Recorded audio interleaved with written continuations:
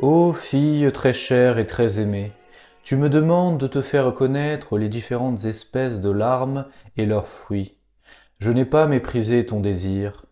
Ouvre donc bien l'œil de ton intelligence, et par les différents états que je t'ai expliqués, je te ferai voir qu'il y a des larmes imparfaites qui viennent de la crainte. Mais tout d'abord je te parlerai des larmes des hommes pervers. Ce sont des larmes de damnation. Les secondes sont les larmes de crainte. Elles sont versées par ceux qui ne sont conduits que par la peur du châtiment dû au péché et qui en pleurent d'épouvante. Les troisièmes sont de ceux qui, sortis du péché, pleurent avec douceur et commencent à me servir, mais comme leur amour est imparfait, imparfaits aussi sont leurs pleurs, comme je te l'ai dit.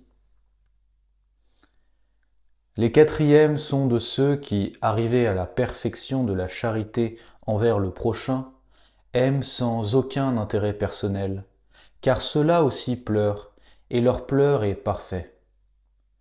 Les cinquièmes sont unis aux quatrièmes, ce sont ces larmes de douceur, répandues avec grande suavité, comme je te l'exposerai plus au long.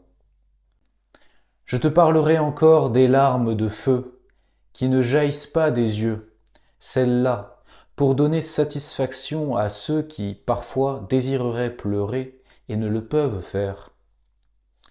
Et je veux que tu saches que tous ces différents états peuvent se rencontrer dans une même âme, qui sort de la crainte et se dégage de l'amour imparfait pour parvenir à la charité parfaite du dernier état, et dont je commence à t'exposer que ce sont ces larmes. Voici. Apprends donc que toute larme procède du cœur, car aucun organe du corps ne sympathise aussi parfaitement que l'œil avec les affections du cœur. Si le cœur souffre, l'œil le fait aussitôt paraître. Sa douleur est-elle sensuelle? Le cœur fait verser aux yeux des larmes qui engendrent la mort, parce qu'en venant du cœur, elle procède d'un amour déréglé, et qui par là même m'offense. La douleur qu'il occasionne est mortelle, comme lui, et mortelles aussi les larmes qu'il fait verser. La gravité de la faute, et par conséquent des larmes, peut être plus ou moins grande, il est vrai, suivant que l'amour est plus ou moins déréglé. Mais je n'entends parler ici que de ceux dont les larmes sont mortelles. Considère maintenant les larmes qui commencent à donner la vie, les larmes de ceux qui, à la vue de leurs fautes et de leurs péchés, par crainte du châtiment, se mettent à pleurer. Ces larmes du cœur procèdent de la sensibilité. L'âme, n'ayant pas encore conçu une haine parfaite de sa faute en considération de l'offense que j'en ai reçue, n'est mue que par la douleur qu'elle éprouve en son cœur, du châtiment qui la menace après la faute commise, et les yeux, en pleurant, ne font que satisfaire à cette douleur du cœur. Mais en s'exerçant à la vertu, l'âme peu à peu se dégage de la crainte, parce qu'elle connaît que la crainte ne suffit pas à donner la vie éternelle, comme je te l'ai exposé à propos du second état d'âme. Elle s'élève donc par l'amour à la connaissance d'elle-même et de ma bonté en elle, et elle en conçoit de l'espérance dans ma miséricorde. Cette espérance réjouit son cœur. À cette allégresse que lui cause l'espérance en la divine miséricorde, se mêle la douleur de la faute, et les yeux alors commencent à pleurer. Ces larmes jaillissent de la source du cœur, mais parce que l'âme n'est pas arrivée à la grande perfection, souvent les larmes qu'elle verse ainsi ne sont pas exemptes de quelque sensualité. Si tu me demandes pourquoi et comment, je te répondrai: parce que la racine de l'amour-propre n'a pas été arrachée. Je ne parle pas de l'amour sensitif, car celui-là a été vaincu de la façon que j'ai dite, mais il reste l'amour-propre spirituel, avec ce besoin égoïste des consolations spirituelles, qu'elles viennent de moi directement, ou de quelque créature aimée d'une affection spirituelle, comme je te l'ai expliqué longuement. Quand donc elle se voit privée de ce qu'elle aime, des consolations soit intérieures qui viennent de moi, soit extérieures qui lui viennent des créatures, et qu'elle se trouve en butte aux tentations ou aux persécutions des hommes, son cœur est en souffrance. Aussitôt les yeux qui sympathisent avec la douleur et la peine du cœur se mettent à pleurer. Ce sont les larmes de tendresse et de compassion que l'âme répand sur elle-même, d'une compassion spirituelle, il est vrai, mais qui n'en procède pas moins de l'amour-propre. Elle n'a pas encore foulé aux pieds et renié entièrement sa propre volonté. Voilà pourquoi elle verse ces larmes sensibles, qu'une douleur spirituelle lui fait répandre. Mais en s'exerçant et en progressant encore dans la connaissance d'elle-même, elle apprend à se mépriser et à se haïr parfaitement, en même temps qu'elle en arrive à une vraie connaissance de ma bonté, où s'enflamme son amour. Elle commence dès lors à unir et à conformer sa volonté à la mienne, et à éprouver en elle-même une joie et une compassion toutes nouvelles. La joie qu'elle ressent en elle, c'est de m'aimer. La compassion qui l'émeut, c'est sur le prochain qu'elle se porte, comme je te l'expliquais à propos du troisième état. Elle gémit alors dans la charité qu'elle a pour moi et pour ses frères, en s'affligeant avec un cordial amour de l'offense qui m'est faite et de la perte du prochain. Voilà la douleur qui est dans son cœur et qui lui tire les larmes des yeux. Elle n'a pas un regret pour sa propre souffrance, pour son propre dommage. Bien au contraire, elle se désole de ne pouvoir rendre honneur et gloire à mon nom comme elle le voudrait.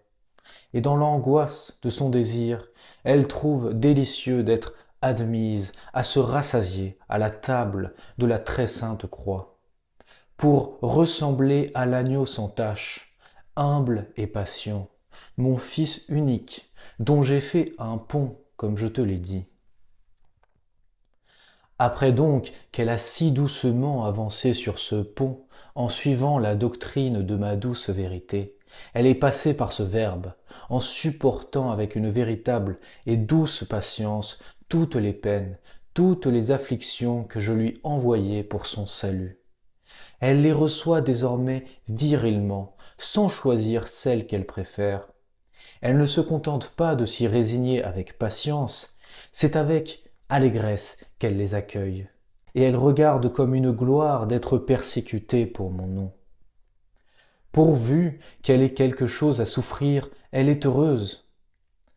L'âme est envahie alors d'une si grande joie, d'une si parfaite tranquillité d'esprit, qu'aucune langue ne le saurait exprimer.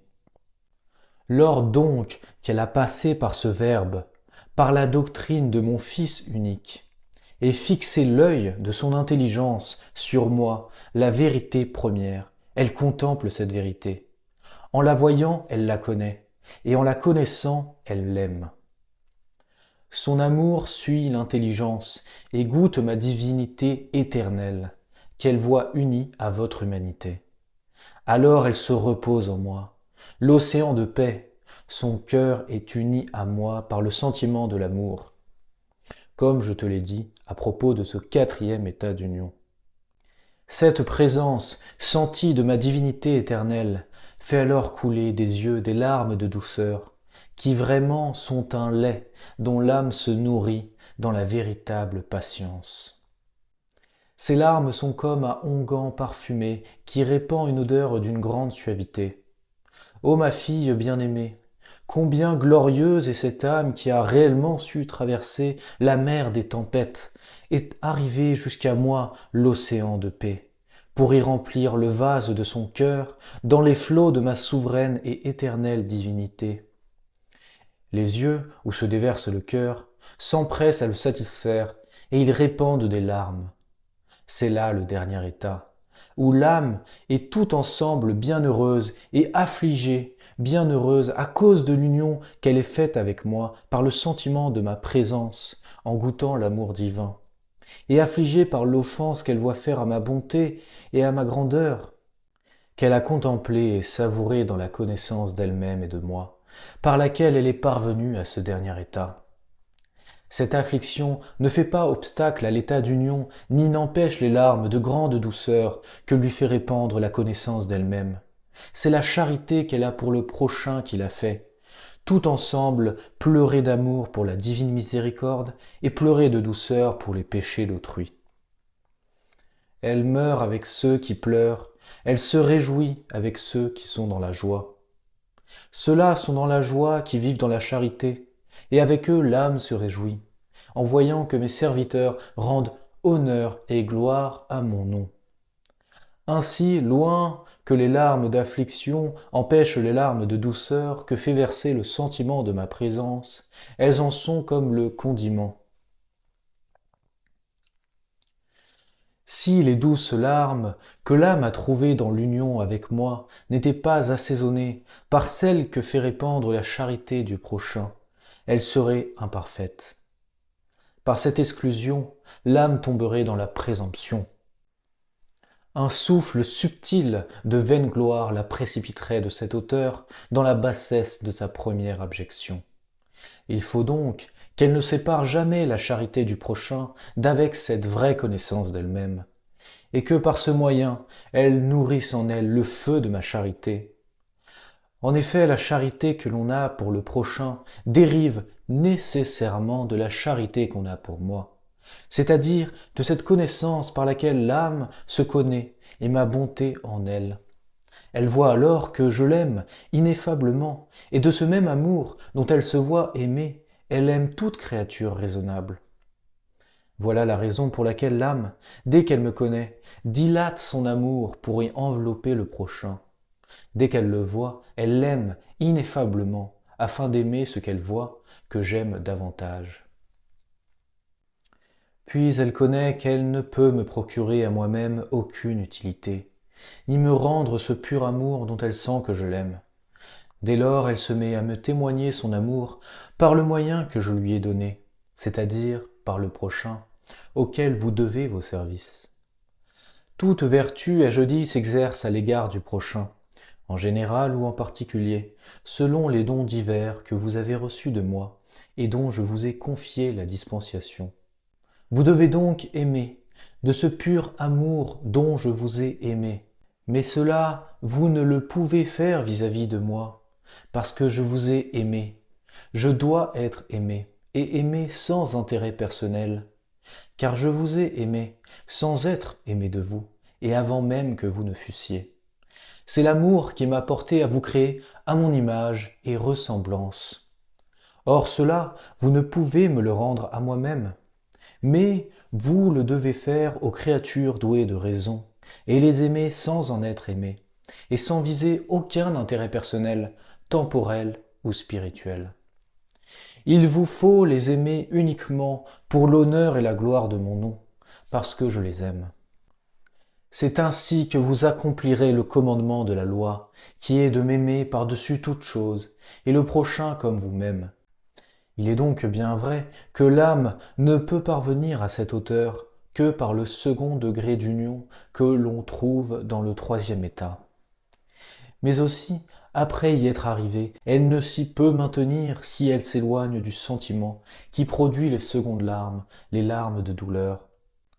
Il est impossible d'accomplir la loi qui me concerne moi, le Dieu éternel, sans observer celle qui regarde le prochain. Ce sont là les deux pieds de l'affection par lesquels l'on marche dans la voie des commandements et des conseils que vous a donné ma vérité, le Christ crucifié. Ainsi ces deux sentiments unis ensemble nourrissent l'âme dans les vertus, accroissent sa perfection et font de plus en plus étroite son union avec moi. Arrivée à ce point, l'âme en vérité ne change pas d'état. C'est dans le même état qu'elle voit accroître son trésor de grâce par des dons nouveaux et variés, par d'admirables extases, qui lui procurent, je te l'ai dit, une connaissance de la vérité qui semble convenir aux immortels plus qu'aux mortels, parce que le sentiment de la sensualité propre a été détruit et que la volonté est morte par l'alliance qu'elle a contractée avec moi. Oh, combien est douce cette alliance pour l'âme qui en jouit, car en jouissant, elle voit tous mes secrets. Maintes fois, elle reçoit l'esprit de prophétie qui lui fait connaître les choses à venir. ce sont là des faveurs de ma bonté.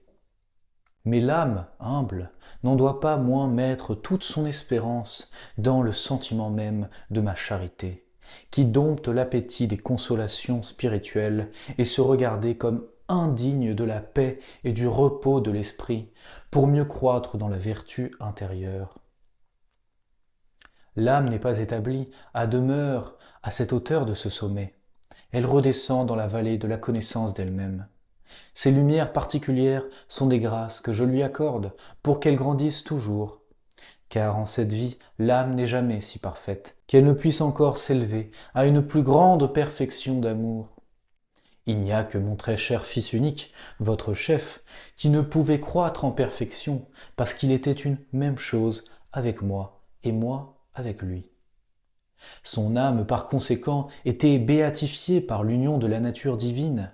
Mais vous, ses membres, vous encore voyageurs, vous êtes toujours susceptibles d'une perfection plus grande.